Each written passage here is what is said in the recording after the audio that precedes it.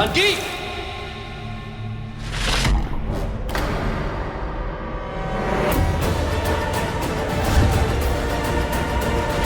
बहू, भाभी, क्या हुआ? तुम ठीक हो? हाँ? थैंक गॉड हवन की आग बुझ गई। लेकिन ये आग बुझाई किसने है? आफत। और किसने? आग हमारी वृंदा ने बुझाई। जैसे ही वृंदा ने देखा कि उसकी माँ की जान खतरे में है, तो उसने झट से हवन कुंड की आग में पानी डाल दिया।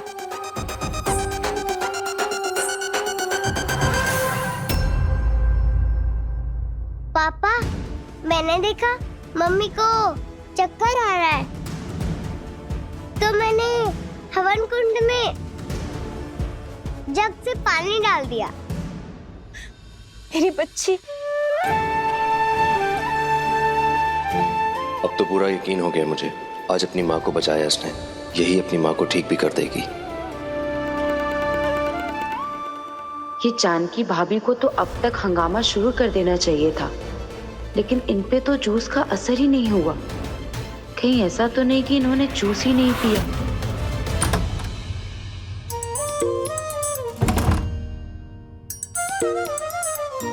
बच गई, किसी ने देखा नहीं, वरना सब कुछ गड़बड़ हो जाता। प्यास भी बहुत लगी है, पानी भी नहीं पी पाई।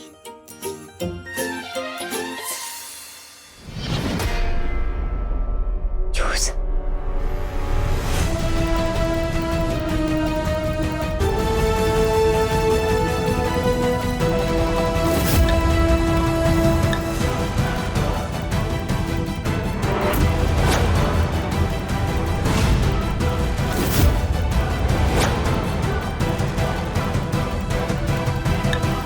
ये कैसा जूस है? कितनी गंदी बदबू आ रही है इसमें से, जैसे बंटी भैया की बोतल में से आती है। चल तुलसी, काम पे लग जा। बप्पा सेठ, कुछ तो हिंदू, कोई तो इशारा करो कि बस्ती के कागजात कहाँ मिलेंगे।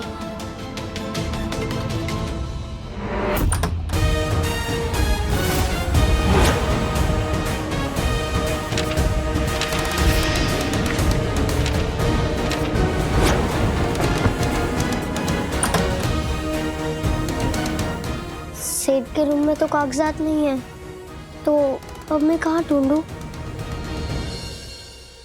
हवन संपन्न हुआ।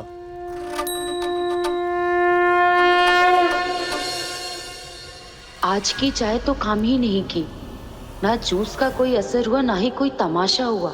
मैं तो चाह रही थी कि जानकी भाभी अपना रौद्र रूप दिखाए, पर इन्होंने तो एक छींक तक नहीं मारी।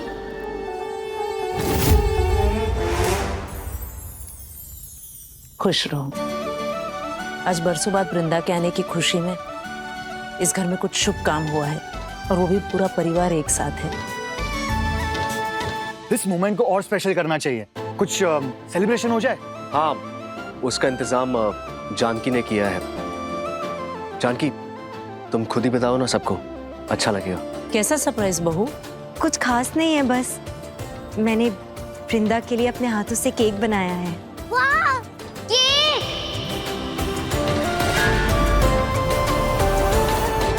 अभी लेकर आई। अब वृंदा, एक सेकंड इधर आओ। तुम्हारे कपड़े क्या हो गए? इधर आ। मना किया था ना, जो जानकी भाभी केक देगी वो नहीं खाना है। समझ में नहीं आती मेरी बात। अरे आंटी, मुझे केक पसंद है।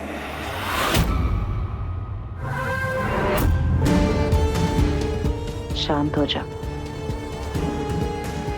अब पैसे मिले, अब जो बोलोगी वो करूंगी। भौरा हूँ तितली भी, नटखट सी झटपट सी भौरा हूँ तितली भी, रुकती नहीं मैं कहीं। रातों की सुबह हूँ मैं तो परेशान क्यों, बातों की मैं फुलझड़ी। ये अमीर लोग कितना फालतू का सामान जमा करके रखते हैं। इतना कीमती सामान और इधर बाहर रखा हुआ है। ये गमले के लिए लेकर जाऊं क्या? वो तो बहुत खुश हो जाएगा और वो इसमें सिर्फ इंग्लिश गाना ही सुनेगा।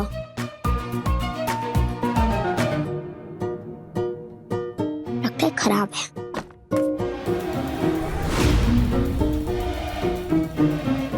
वाह, और ये कजरी दीदी के लिए लेकर जाऊं क्या?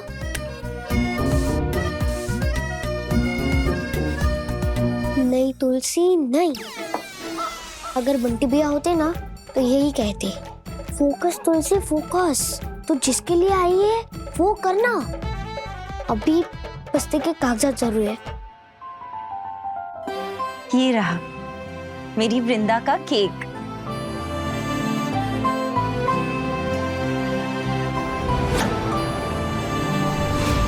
सच में अन्नपूर्णा है मेरी बहू। पहले सबके लिए कितने अच्छे अच्छे स्पेशल डिशेस बनाती थी। ये वृंदा जाने के बाद में सब कुछ छूट गया। माँ, वृंदा वापस आ गई है ना, अब वो भी स्टार्ट हो जाएगा। बहुत अच्छा लगा बहू, ये देख करके इतने वक्त के बाद तुमने कुछ अपने हाथों से बनाया आज। वृंदा देखो, मम्मा ने कितना यमी केक बनाया है।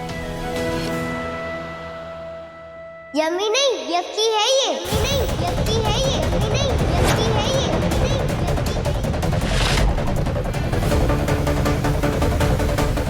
ऐसा कोई केक होता है, ऐसा कोई केक होता है, ऐसा कोई केक होता है।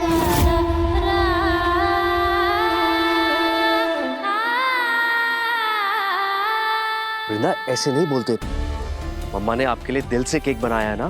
पर पापा, केक तो कुछ स्पेशल होता है ना, ये तो गंदा है, गंदा है। जी मुझे नहीं खाना, जी मुझे नहीं खाना, जी मुझे नहीं खाना। कोई बात नहीं वृंदा बेटा,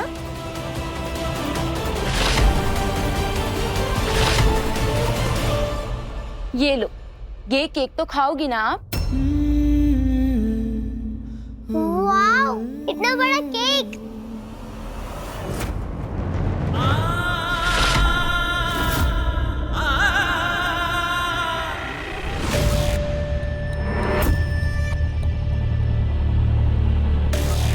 देखो पापा, कितना अच्छा केक है। मैं ये कट करूंगी, ये कट करूंगी, ये कट करूंगी।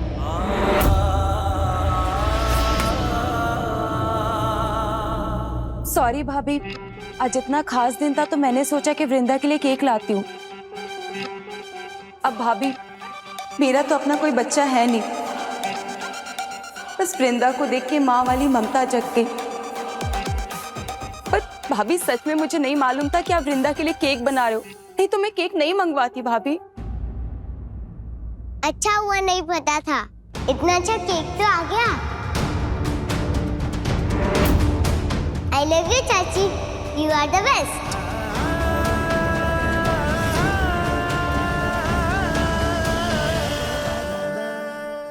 भाभी छोड़िए ना ये सब, दिल छोटा करके क्या होगा।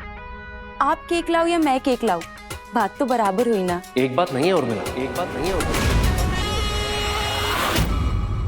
ये केक जानकी बाजार से नहीं लाई, उसने खुद अपने हाथों से मेहनत से बनाया अपनी बेटी के लिए।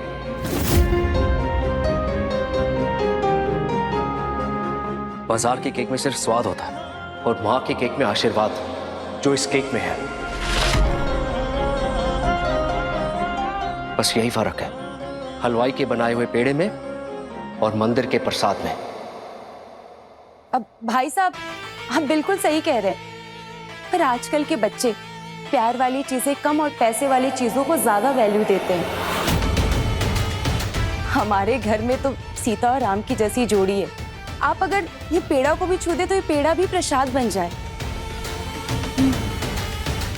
कोई बात नहीं रघु, वृंदा को जो केक पसंद है उसको वही काटने देते हैं।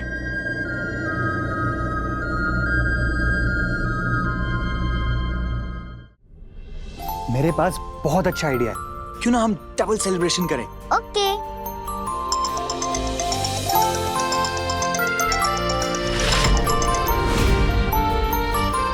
अब आप लोग एंजॉय कीजिए। मेरा एक इंपॉर्टेंट फोन कॉल है, मैं अटेंड करके आता हूँ। जल्दी आए। हाँ।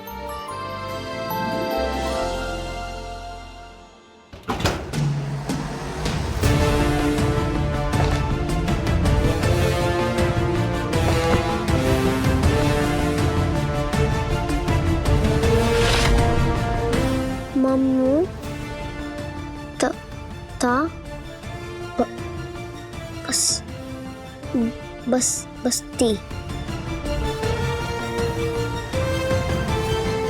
लगता है यही है ममता बस्ती की फाइल। इतने से है फरसायानी बड़ी ढाल ये बनकर है रति कड़ी किस्मत से बस्ती के कागजात मिल गए। माँ कहती है जीत होने से पहले जीत की खुशी नहीं मनानी चाहिए। तुलसी अभी काम अधूरा है, चल तू काम पे लग जा। एक बात याद रखना लड़की, अगर वो फाइल नहीं लाई ना तो इन सब का मैं वो हाल करूंगा कि कमला कौन है और बंटी कौन है, कुछ समझ में नहीं आएगा। अगर ये बस्ती के कागजात में भिड़े सेठ को दूंगी तो ही वो बंटी भैया कचरी और गमला को बाहर निकालेंगे। अभी तक तुमने मेरा काम क्यों नहीं किया?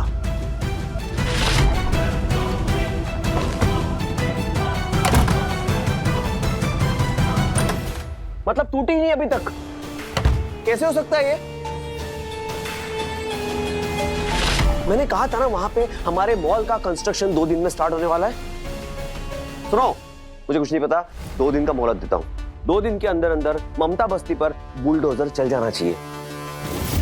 ये तो पूरा परिवार ही हाथ धो के हमारी बस्ती के पीछे पड़ा है। ठीक है?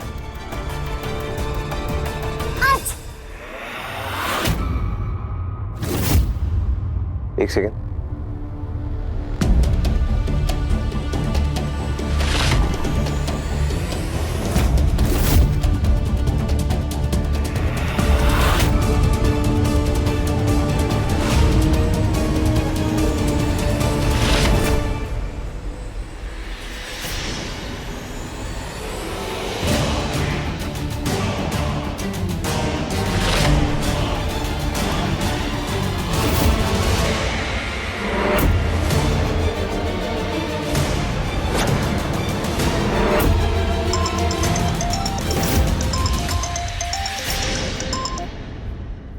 हाँ बोलो। मैंने जो बोला उसे ध्यान रखो और काम हो जाना चाहिए। ओके?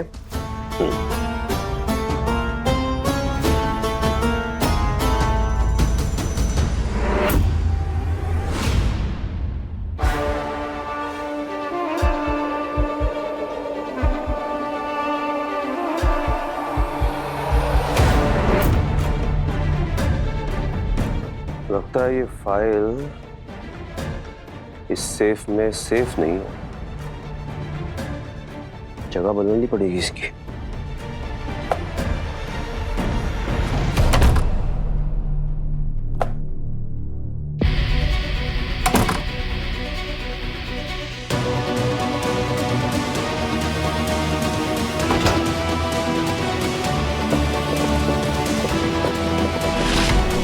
अलमारी में रखे थे, कहाँ गए?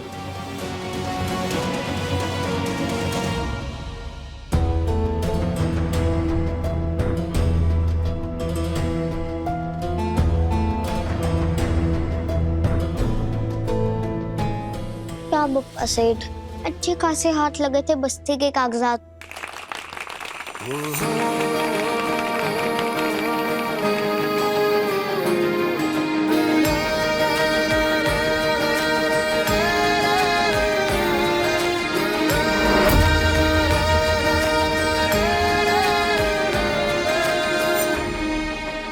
मैं जाने की तैयारी करता हूँ, ठीक है? और पूरे 1 घंटे बाद आपकी बस्ती के बाहर आऊंगा। आप रेडी रहना। बंटी भैया सही कहते हैं, सारे अमीर लोग ना सिर्फ अपना फायदा ही देखते हैं। सबसे पहले पापा को।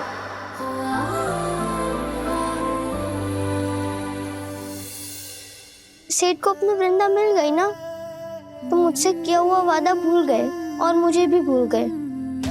कम से कम सेठ आके बता तो देते, इतना भी नहीं कर सकते थे क्या? कर सकते थे क्या? कर सकते थे क्या? कर सकते थे क्या?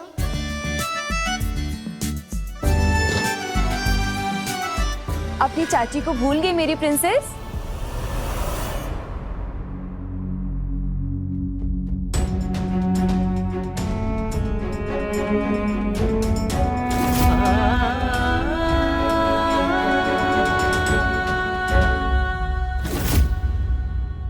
मुझे लगता था मेरे पापा होते ना तो आपके जैसे ही होते, पर नहीं, मेरे पापा जहाँ भी होंगे अच्छे होंगे, आपके जैसे नहीं होंगे।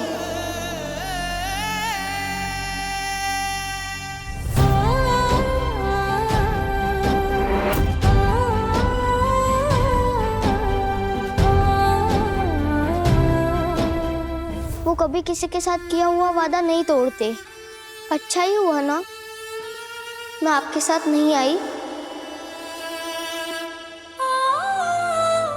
ऐसे ही हमेशा खुश रहे मेरी बच्ची।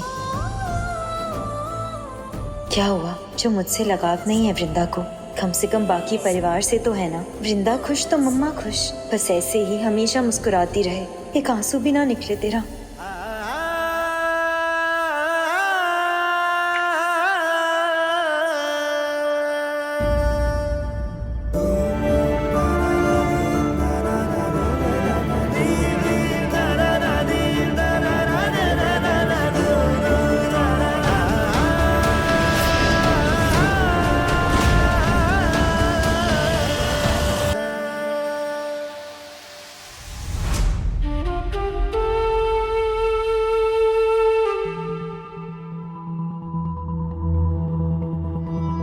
जानकी, तुम यहाँ क्यों?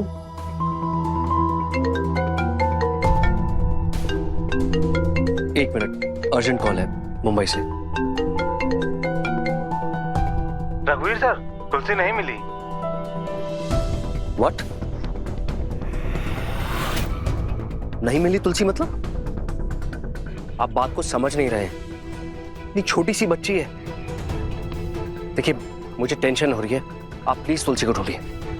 जी सर, जैसे ही कुछ पता चलता है मैं आपको बताता हूँ। पूजा तो अच्छे से निपट गई, अब अनाथ आश्रम चलते हैं। मैंने भोलेनाथ से मन्नत मांगी थी कि जब हमारी वृंदा लौट आएगी तो मैं अनाथ आश्रम जाऊंगी। हाँ, अनाथ आश्रम के बच्चों के लिए जो भी गिफ्ट्स और खाने का सामान है सब रेडी है। आप लोग जाइए, मैं घर पर ही रुकती हूँ।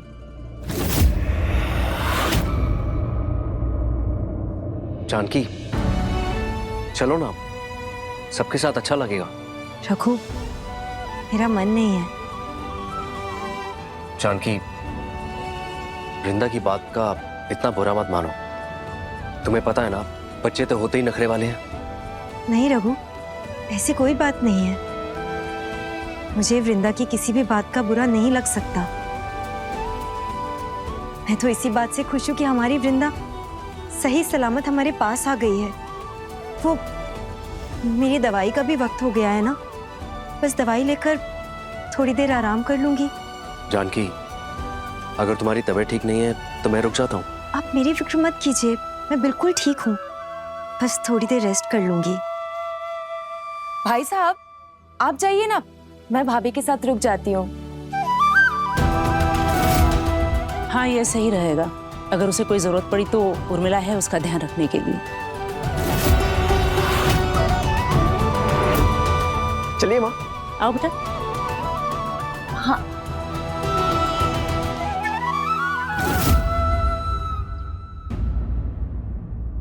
चलो अच्छा है, अब पूरा घर खाली है। मैं आसानी से कागजात ढूंढ सकती हूँ और फिर मैं सेठ की शक्ल कभी नहीं देखूंगी।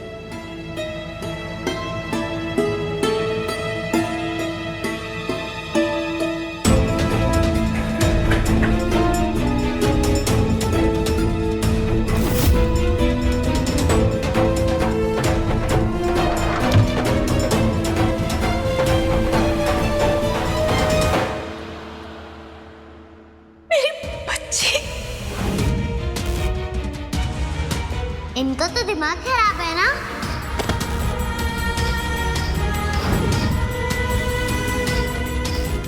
मम्मा ने कितना यमी केक बनाया आपके लिए। यम्मी नहीं, यक्की है ये तो गंदा है। छी, मुझे नहीं खाना।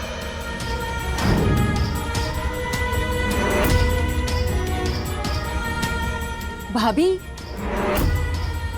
कुछ काम होगा तो आवाज दे दीजिएगा, मैं हाजिर हो जाऊंगी।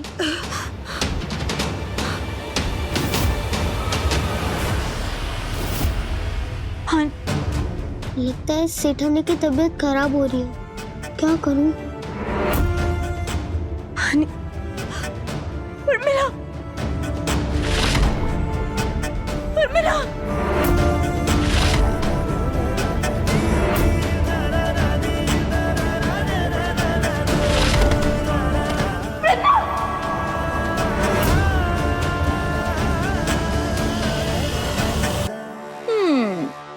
तो अब जाके शुरू हुआ है जूस का असर।